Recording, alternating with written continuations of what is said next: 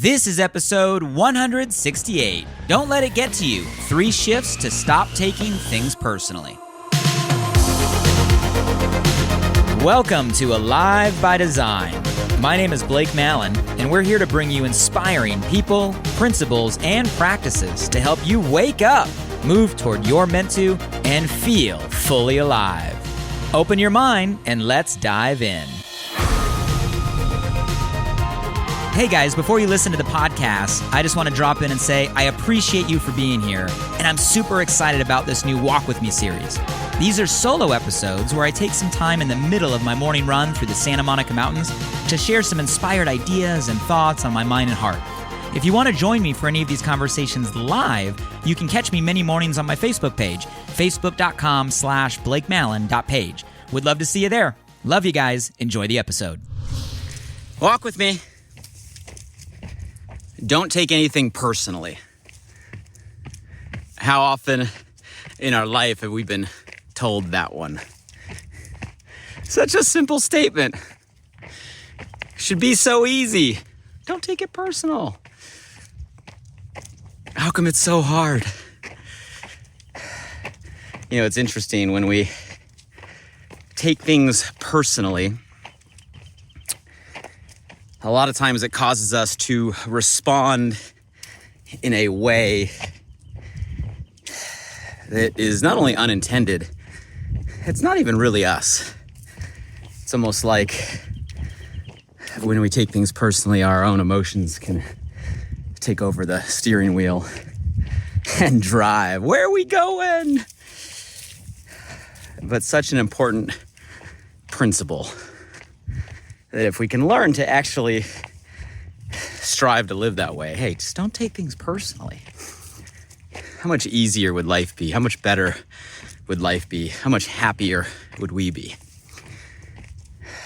So I want to talk about that, and specifically 3 questions that I ask myself when I'm in a situation or circumstance where I feel like I'm taking things too personal.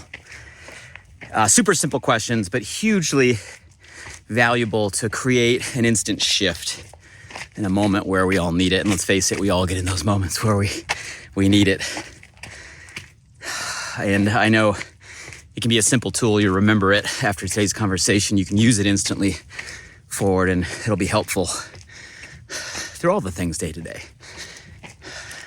So when was the last time you took something personally? Be honest.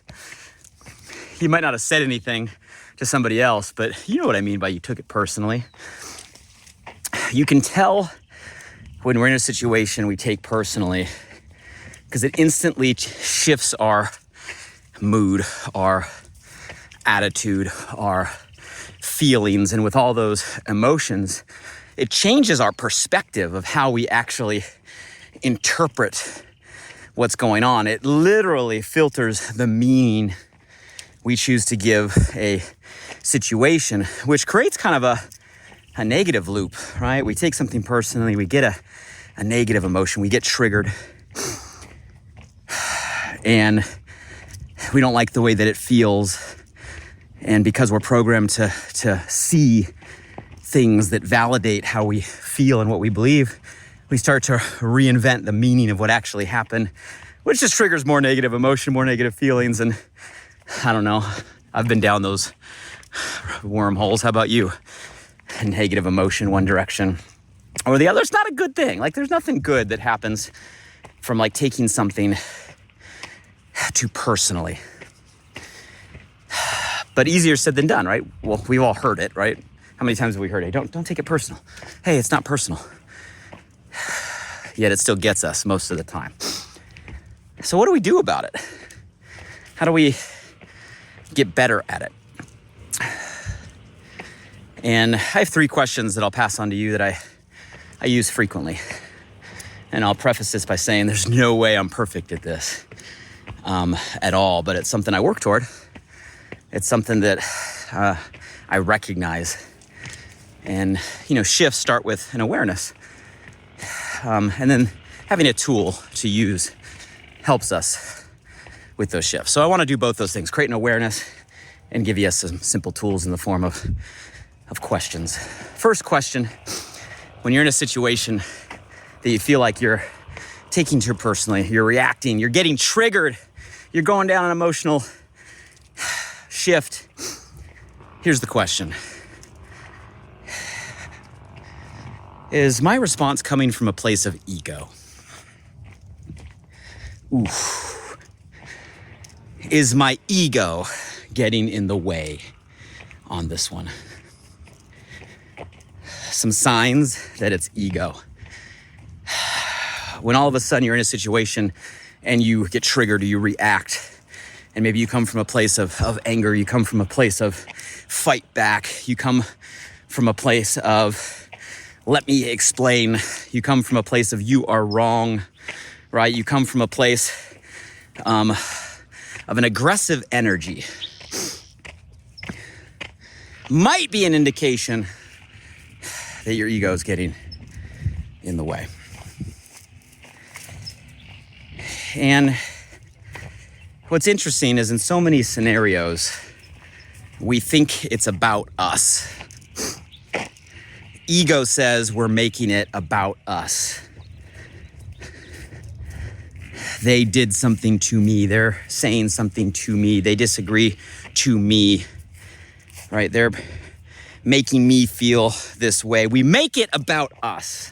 And here's just the fact. Most of the time, it's not about you. It's not. People are not focused on you. People are focused on them. They're focused on their situation. We have so many things we're juggling all the time. We can't possibly be putting the energy into caring as much about you or me or anybody at any time. But our ego speaks up and we make things about us that aren't really about us. That's an ego talking, an ego reacting. So when we ask the question, is my ego getting in the way? Really causes us to reflect. Like, are we responding in a way we don't want to respond? Are we making it about us when it's not really about us? Are we making it an attack on what we think, what we believe, who we are, right down at a level that's really not anything about us in that situation? And if it's ego, we got to recognize it and we got to make the shift. Another question that we can ask, say, hey, is my ego getting in the way? Am I coming from a place of ego here? A second question would be, is it my insecurity getting in the way? Am I coming from a place of insecurity here?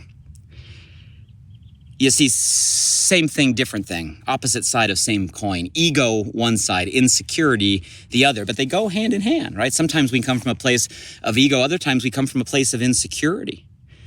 You know, so often we've been brought up and conditioned to believe that we're not enough, we're not good enough, that mistakes are bad, that if I fail, I'm a failure. All these things associated between what we do or how people respond to what we do and how that attaches value or self-worth to who we are. What a crazy connection. What people think that we do and somehow that has any relation to our own self-worth and our own self-value. But our insecurity flares. Our insecurity revs up. Sometimes insecurity can come and look like the responses I said earlier. Other times we can get down on ourselves. We can beat ourselves up. We can curl into a ball. We can hide. We can freeze. We can get upset, right? We can get our feelings hurt. We can get down. We can get stressed. We can get depressed. All these responses coming from a situation are signs that maybe our insecurity is getting in the way.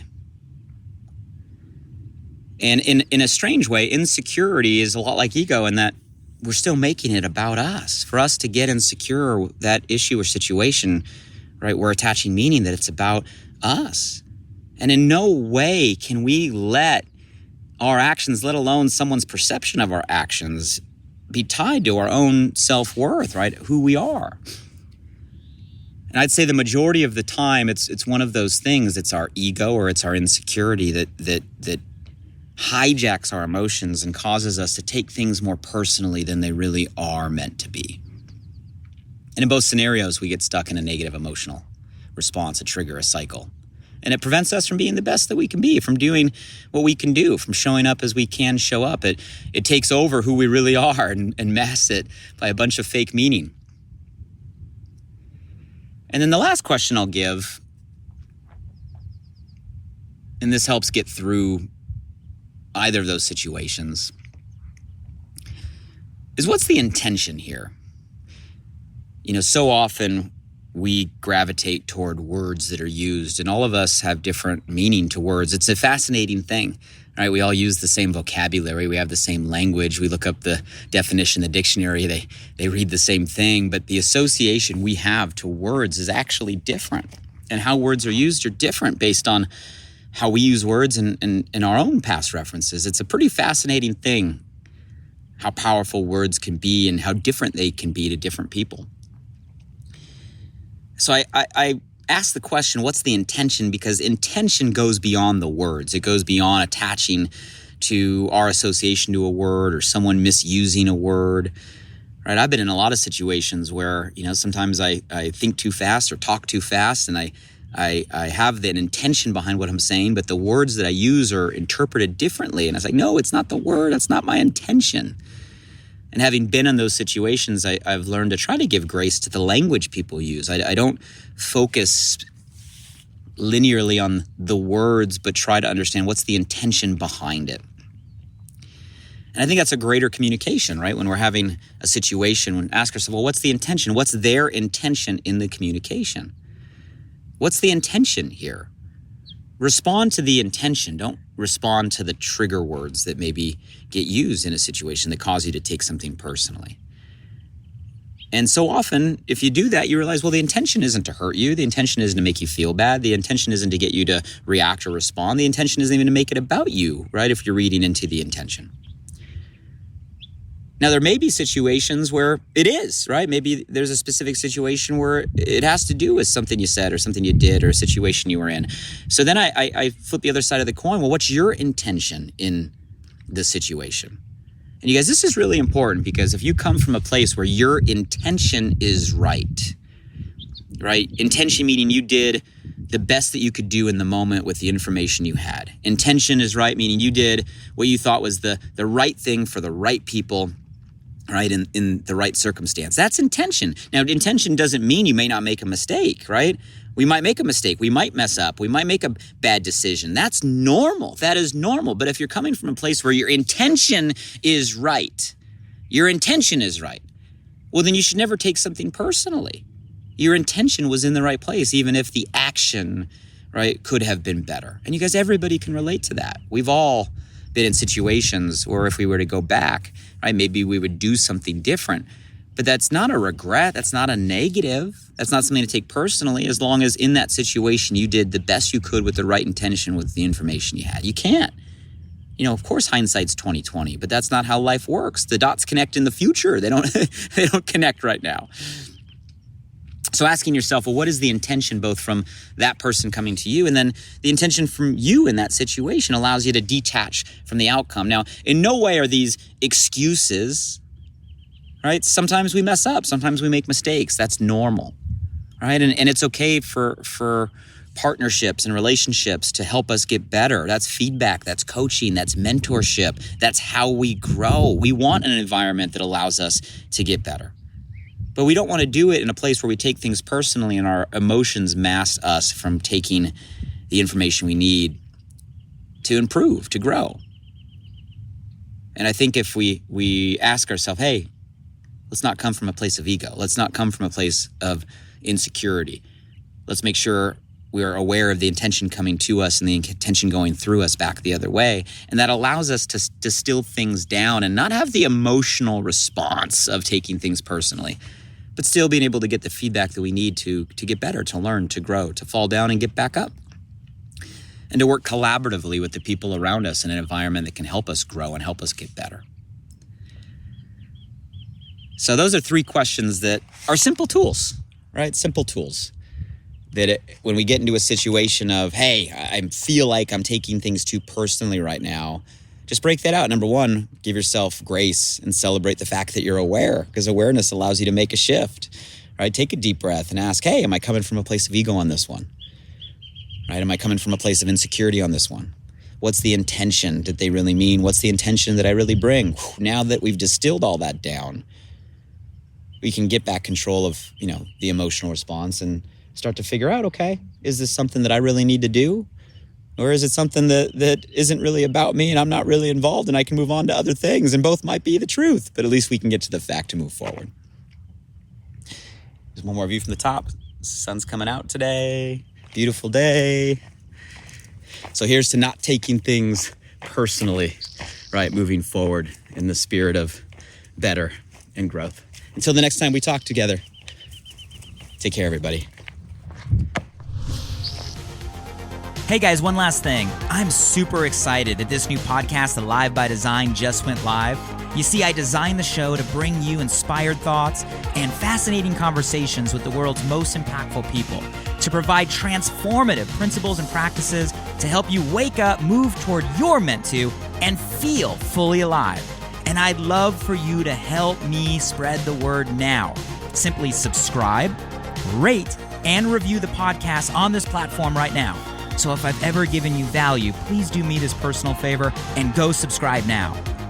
And if you found today's episode helpful in any way, make sure you share this with at least one friend today. You have the power right now to change someone's day. So send them a text message with a link to alivebydesign.com, or simply copy and paste the link right from this podcast platform. Who's one person you know right now that you want to see succeed, that you want to see grow, that you want to see feel more alive? Shoot them a text with your largest takeaway from today and be a light in their day. And if you were referred here by a friend, make sure you shoot them a text back and say thank you. I'd love to hear from you directly on what you got from today's podcast. So if you're up for it, drop by my Instagram @BlakeMallon and shoot me a DM. And as always, thank you for showing up.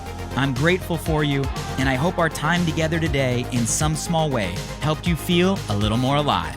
Until next time.